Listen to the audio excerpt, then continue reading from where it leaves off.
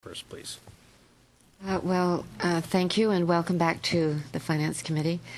The federal contractors' provisions under the Employment Equity Act have meant that significant employers who are federal contractors have had to reflect the goals of the Employment Equity Act in terms of hiring disadvantaged groups, such as people with disabilities, women, First Nations, people of color. And the Employment Equity Act itself came from a human rights complaint that found that there was discrimination in employment, and these designated groups were underrepresented. So the Act was designed to not only encourage federal jurisdiction employers, but those major contractors to do a better job in overcoming systemic barriers to employment.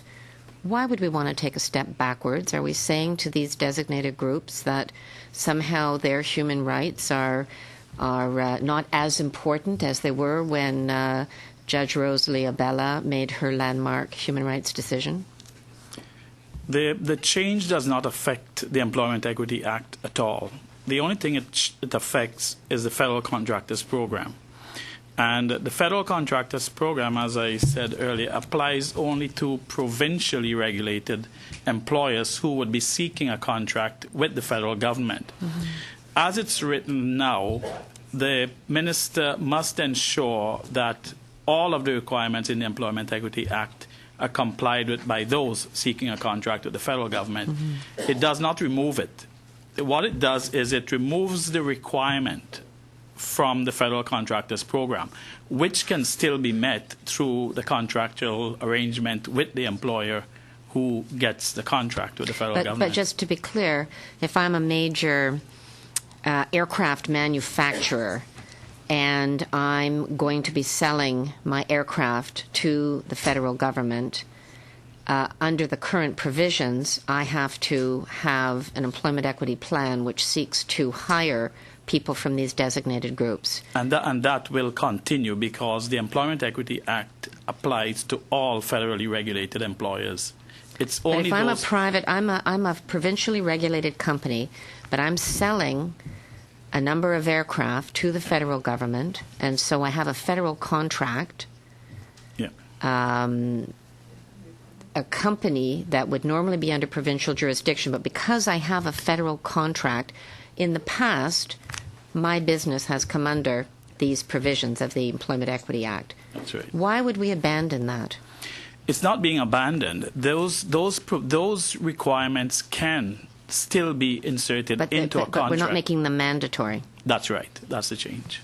Well, what signal do you think that sends to those groups which in our society we're seeing growing inequality, and especially amongst, for example, people of color, new immigrants? What kind of message do you think it sends to them if we step back on something as basic as human rights through this employment equity provision? I don't know that there is a step back from it. I understand the difference is that one is a mandatory requirement and the other, the proposed change, would allow flexibility. The changes there also would include, under the Federal Contractors Program, what's being proposed is, number one, to increase the number. As it is right now, it only applied to visible minorities and Aboriginal persons. No, there's 4 designated groups. But the Federal Contractors Program did not include all 4. It only included 2. So the change... Well, it's my understanding it included all 4. Not the Federal Contractors Program. The Employment Equity Act includes 4. The Federal Contractors Program always only applied to 2. So it would now include women and persons with disabilities. Mm-hmm. Sorry? 30 seconds. It would also allow for changes in the threshold limit. The Red Tape Commission heard from employers that the requirements under the Employment Equity Act was onerous. If employers were going to do this voluntarily, there never would have been the human rights decision that Judge Abella created which demonstrated that, in fact, there was systemic discrimination in employment. So what we've found is voluntary compliance usually is not great, and that's why governments create laws, which is to say these are the rules people are going to live by. It's a sad statement that we're walking backwards on equality, because that's going to be the outcome here. Yep.